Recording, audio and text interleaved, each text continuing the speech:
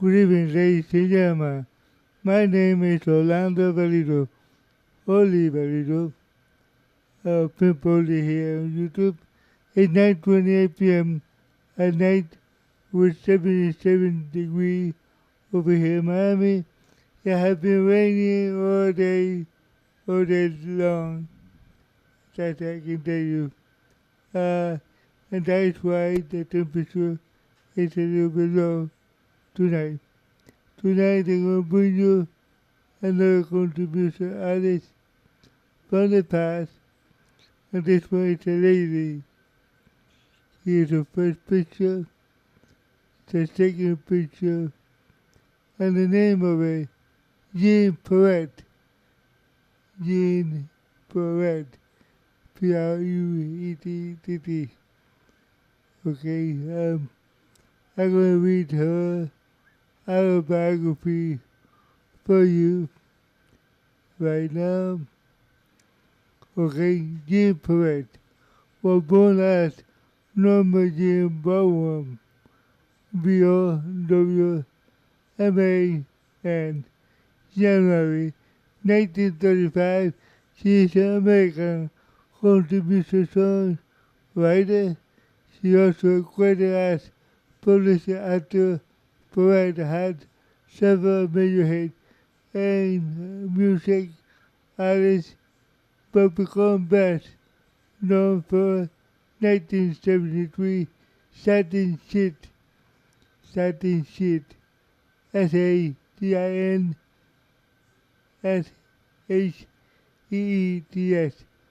The song top the contribution charts and helped her to secure a membership at the Grand Opry over there in Tennessee, Nashville. Pruett was raised near Pearl City, Alabama, P-E-R-L, and grew up with a large family. She moved and performed with her family from the early age and learned several music instruments. She married guitarist Jeanne Pruett before turning 20 years old.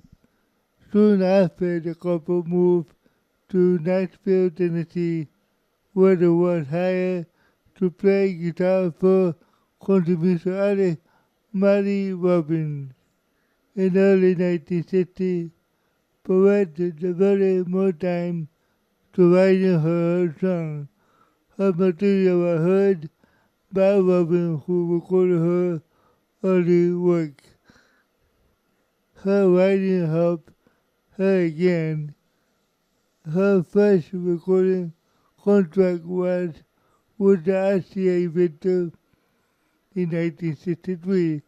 After limited success, she moved to Decca MCA Records, where in 1971 hold on to my unchanging love. Hold on to my unchanging love, and become the first Saturday single on the Billboard country hit.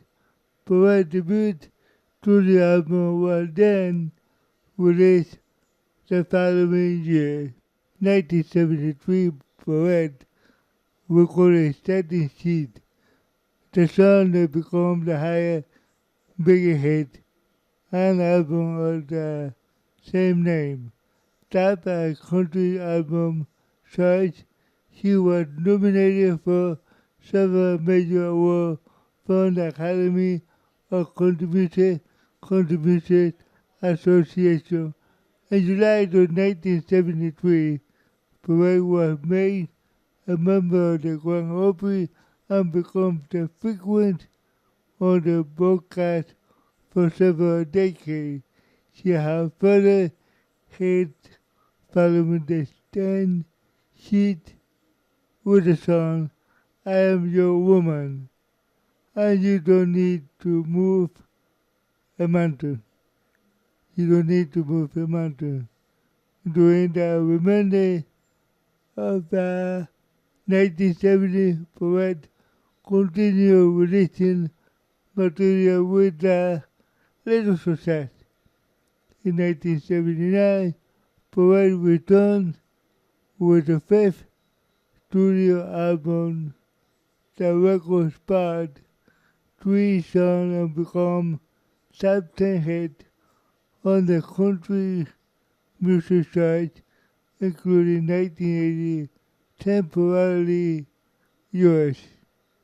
Yeah, the name is Temporarily Yours. Pruett continued recording and releasing music throughout the 1980s. Her second and final studio release was Self-Titled Effort in the 1985. The following year, she was part of the Grand Opry first all-female segment. That same year, she began second career as an actor of a cookbook. Cookbook. In 1986, Pruett published her first series of work entitled Feeding Friend. She also hosted her own cooking show, the Nashville Network. During that time, Pruett continued performing into the early 2000s before officially retiring in 2006. Early life, Pruett was born Norma Jeanne Bowman, Bowman, outside of Pearl City, Alabama, United States. She was raised on the farm and was one of the 12 children. Pruett recalled that her experience being on the raised on the farm in her 2017 autobiography, The Beauty of Living on the Farm, Diary with a Tall Pine Tree, Sweet Stub, SHRUBS, and the blooming dogwood tree. Remind me why it was so hard, because there wasn't more perfect size in the world than the old farm. In 1947, Bowman family farm caught fire, which devastated the family farm. The only sound now was an occasional pop of the dying spark and the sound of Mama softly crying, her tired arm holding on Dad and the children. She recounted it. With the support of neighbors, Bowman rebuilt their home in the same property with a year at a time, with a year after, more or less. That's what it said here. In her childhood, Pruett often and family performed music with her family. They often sang together on front of the porch of their farmhouse, where she also learned to harmonize a home floor, also learned how to play musical instruments.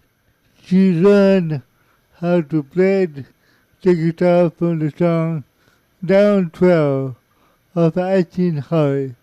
She also frequently listened to that radio.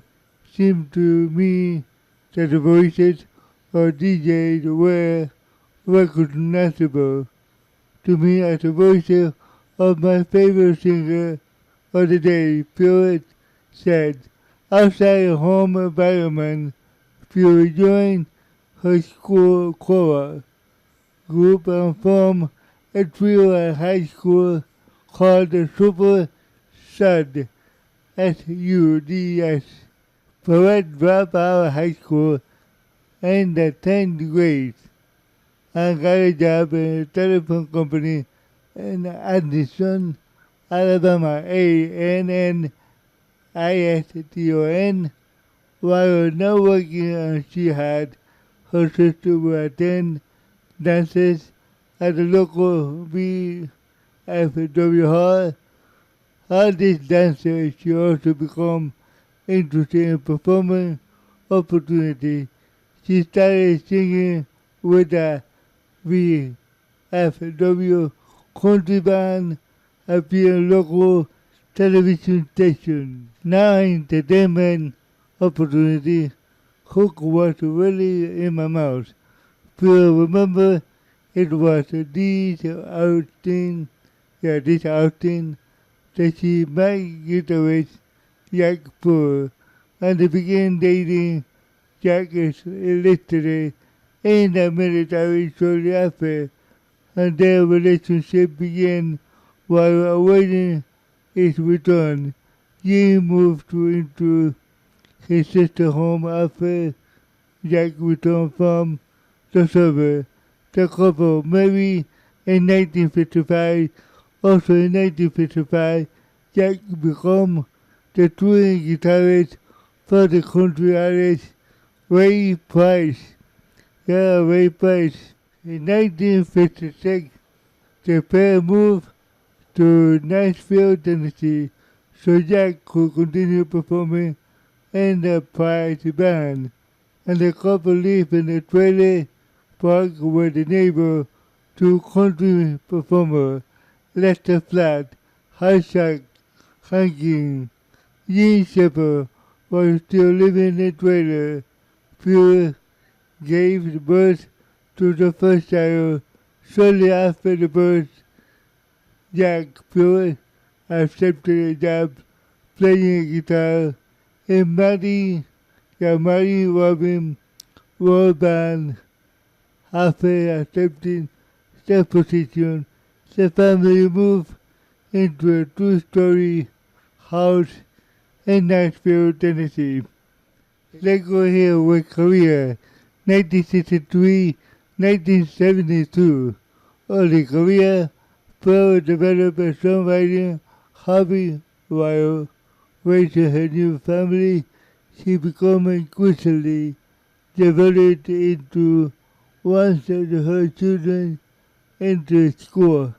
In 1963, her husband brought her son to Mary Robin, who signed to her as a publishing company. Several of her songs were demoed, D-E-M-O-E-D, by male singers, with the exception of the tune Cut Me Out, or Count Me Out. Pruett recorded the song demo instead of Robin, and he heard it, was impressed by. Her latest contract had a major hit within 1966, was also impressed by Pruett's singing. I believe we discovered a new girl singer instead after hearing her on the record. Robin brought Pruett's song to the attention of the producer, shaking at the RCA Victor record, signed her to a recording contract with the RCA Victor in 1963. That year, her other performer was killed in March of 1963 in a plane crash. I'm sure my song release was so overshadowed by the shocking news of her death. The only two people who I heard and remembered by my song was Grant Turner and me, she recalled. The single by Pruett was issued on RCA Victor between 1963 and 1964, but were unsuccessful at that time. Pruett returned to domestic life after her RCA single was unsuccessful. Just went back to being a housewife, a mother, writing more songs for Mary and his publishing company. She was recorded in 1969. She signed a new recording contract with Decca Records after Robin brought to her son, producer owner Bradley. This girl got a housewife sound, and I can tell her by little Robin. In 1971, she gained a moderate success with the single Hold to My Unchanging Love. Yeah, hold on to my unchanging love. It became Pruett first such entry, reaching a number 66 on the Billboard Hot Country Single chart. And the following year, Pruett Champagne Love Me was released and became her first top 40 entry on the country single charts. Robin recorded a track shortly after the original and made it at the top 10 hit that same chart. In October of 1972, Pruett debut studio album was released on Decca label record and was reviewed by Global magazine in the same month, who has praised the recording sterling effort for the debut of Jeanne Pruett. That was in 1972. 1973, 1975, Satin Sheet and Breakthrough at the MCA record. By 1973, Pruett's music career had gained more momentum. She worked for several dates overseas, booked by agent Robert Long, and made several appearances on the Grand Opry. That same year, she released John Volicki. That's a hard one for me. Volinkaty, John Volicki composition called Satin Sheet, and the song had first been cut as a duo by Bill Anderson, Jane Howard, and the studio album Bill and Jan, or Jan and Sheet. And the song had first been cut duo by them. However, the version was not released as a single. Field producer Walter Hanes, Hanes, believed that the song could be a hit if the lyric was modified. According to Pure, she rewrote the introduction to help make the song record friendly. After rewriting in beginning, she presented it to Haines, Walter, and played for Gary Martin. He flipped out and he picked up the guitar and played it back to Walter, a note for note, and said he wanted them into a hit. Again, he wanted the dime into a hit. He recorded the autobiography, Decca, and now it's an MTA record. I believe that Satin Sheet was too traditional and production choose not to be promoted as a single. Instead, Pure promoted herself as she distributed the record by calling Square or the Pink Satin and mailing it to a disc jockey, and the marketing method worked then. Satin Sheet reached number 1 on the Billboard Hot Country Single chart in May of 1973. Satin Sheet gained positive responses as acclaim following its success.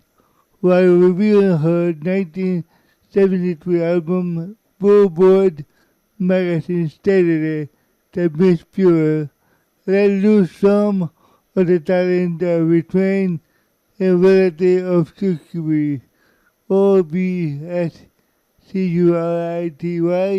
over the years. Later years, writer Cuff Wolf commented that the song was far more country sounding than most of the songs coming out of the Nashville, Tennessee at that time. In addition, Satin Sheet received positive response from country community at large. In 1973, Pruett was nominated for 3 accolades of the Country Music Association, including Singer of the Year as a female vocalist of the year.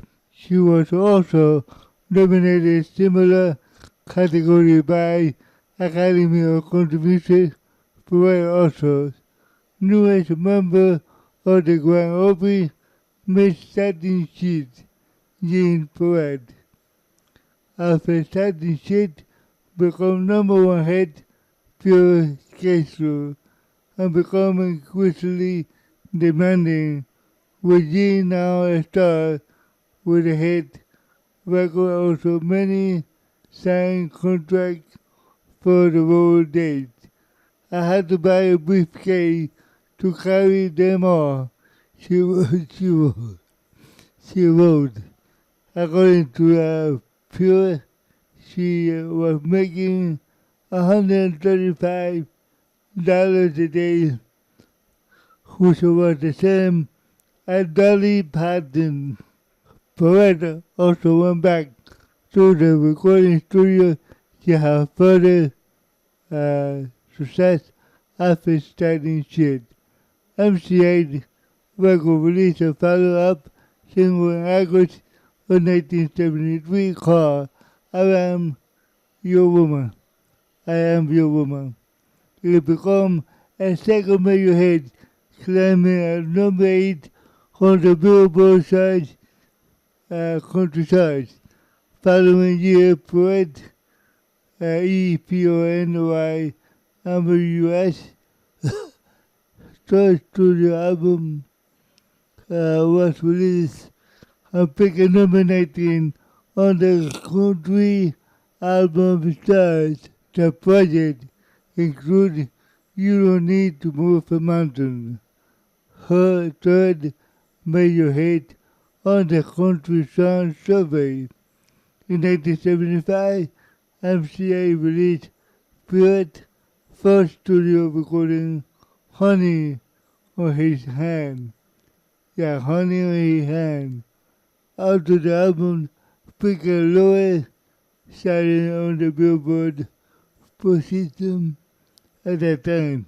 Pruett also went back into recording studio to have further success after Satin Sheet. MCA Record released a follow-up single in August 1973 called I'm Your Woman and become second major hit, climbing at #8 on the Billboard charts.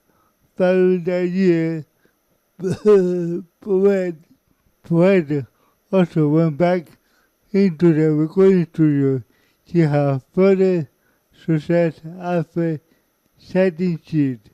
MCA Record released a follow-up single in August 1973 called I'm Your Woman and became her second major hit, climbing to #8 on the Billboard country charts.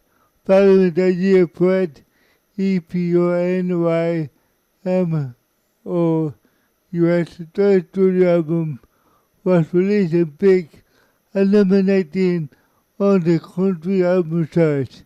The project includes You Don't Need to Move a Mountain, her third major hit on Country Song Survey, 1975 release, Pruett's first studio album, Honey on His Hand.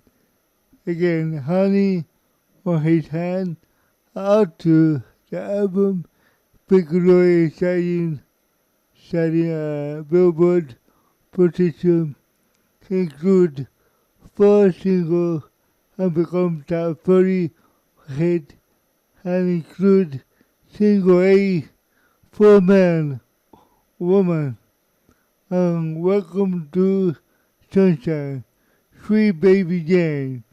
Despite a low-sized performance, the album material received positive reception with praise.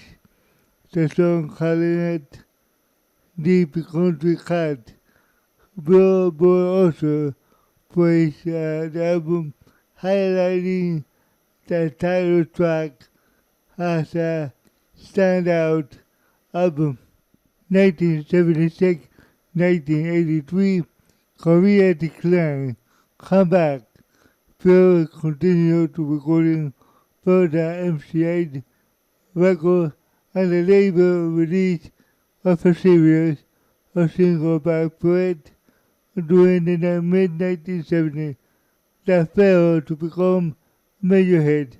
Some as such as My Baby Gone, My Baby Gone, Had Taken and She's Still All Over You, reaching out position outside the top 40 on the Billboard Country Single charts.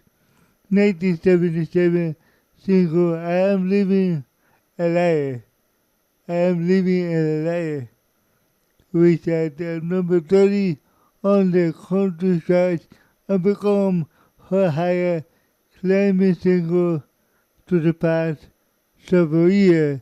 And the same year, Pruett left MCA Records and signed with Mercury Records as a part of a label, Nashville artist, and according to the Billboard article, Mercury developed a marketing plan to help promote new artists, and the label also intended to release 4 LP by the artist as a part of the plan. However, intended it and did not disclose Pruett that the label only single release by Pruett was I Am a Woman, 1978, which only climbed at number 94 on the country charts.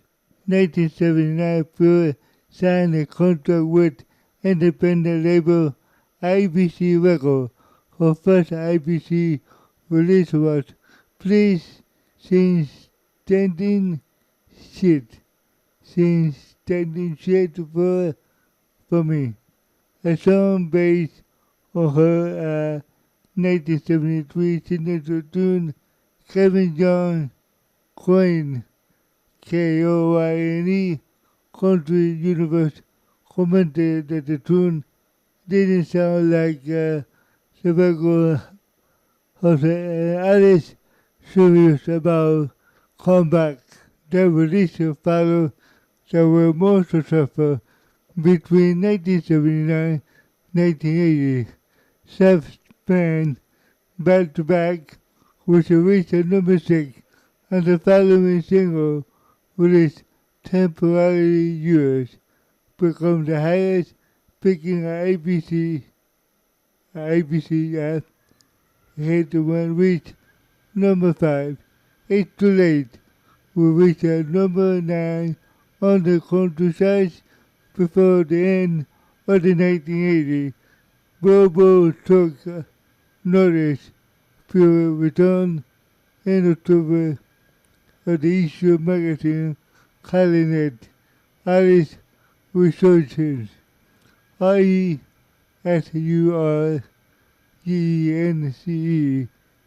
It added up to a remarkable comeback by this personal style of the IBC record and the Grand Opry, where they commented with the new success IBC issue of first studio effort and chorus.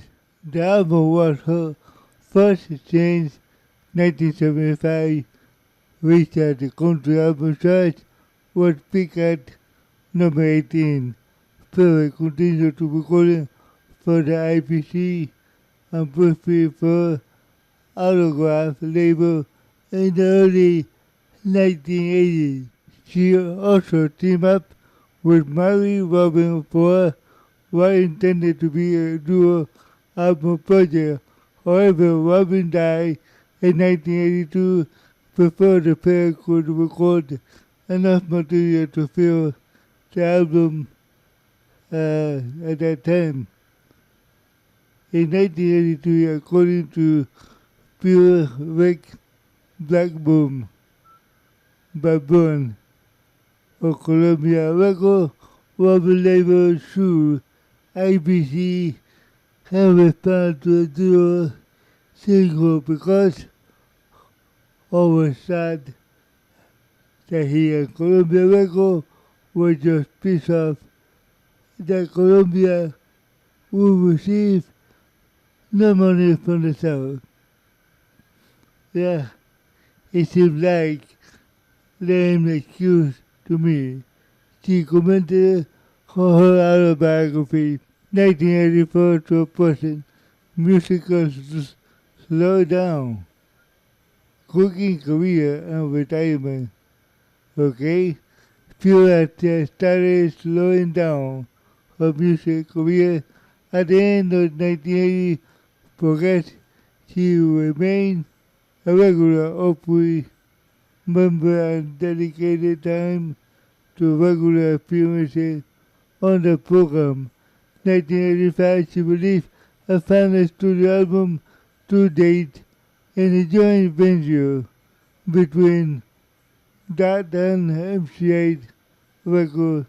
The album was part of the project include new album releases by other veteran contributors, including Jan Howard and Billy Joe Spears, and the record was produced by Billy Strange. In 1987, she released titled Rented a Room, which was her final choice appearance on the Billboard country chart, picking at number 81.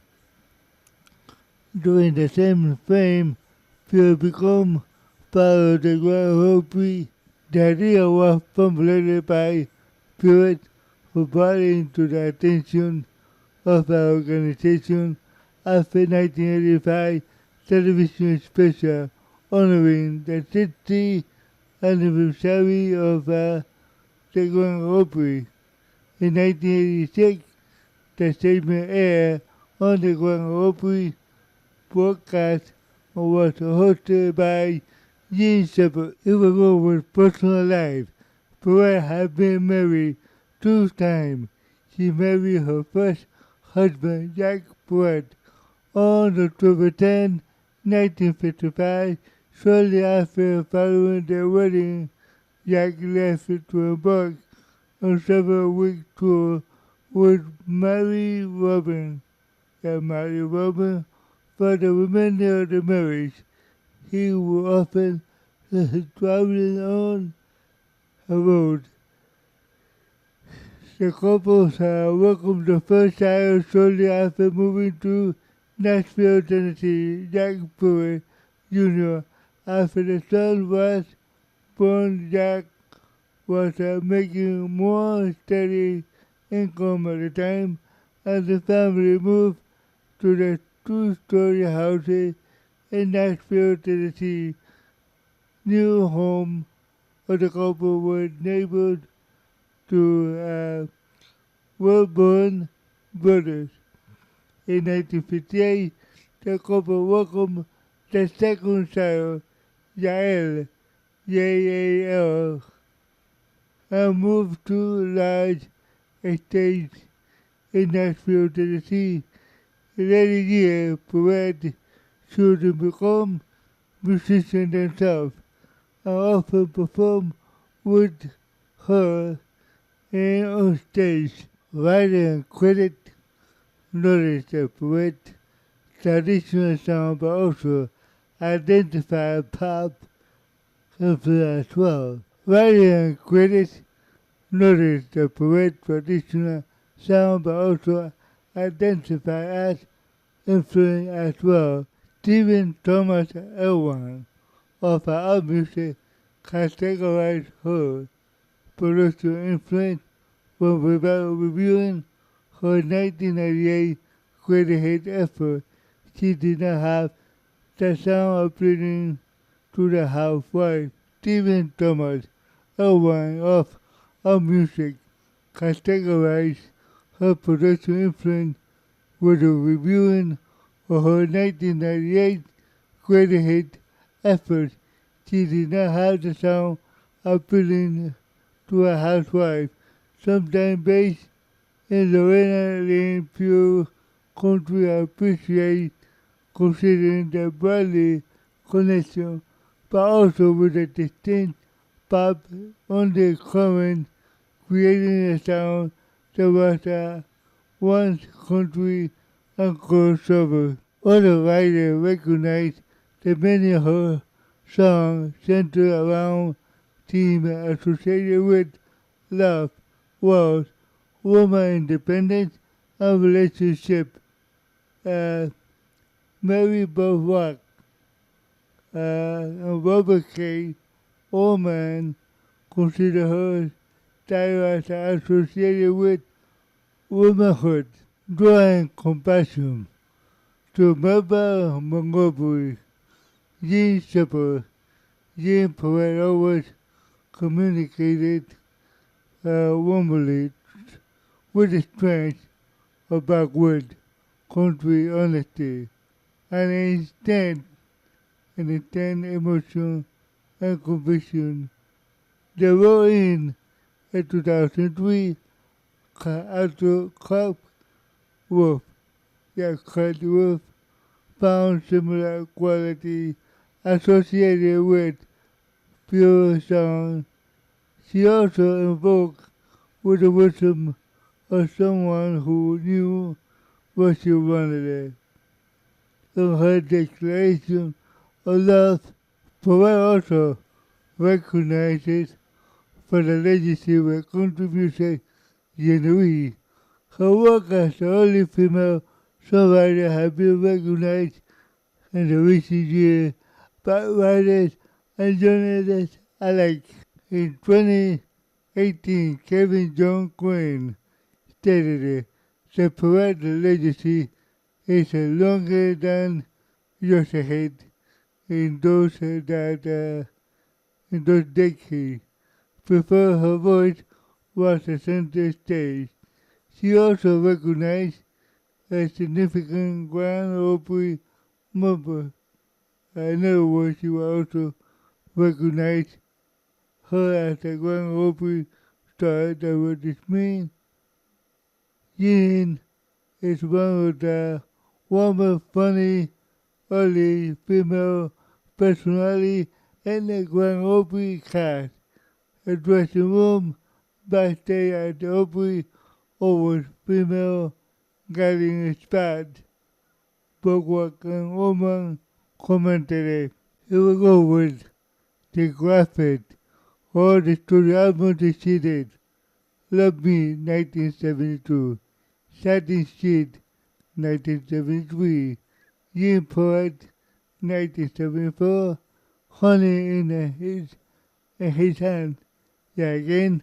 Honey in his hand, 1975. Edgewood, 1979.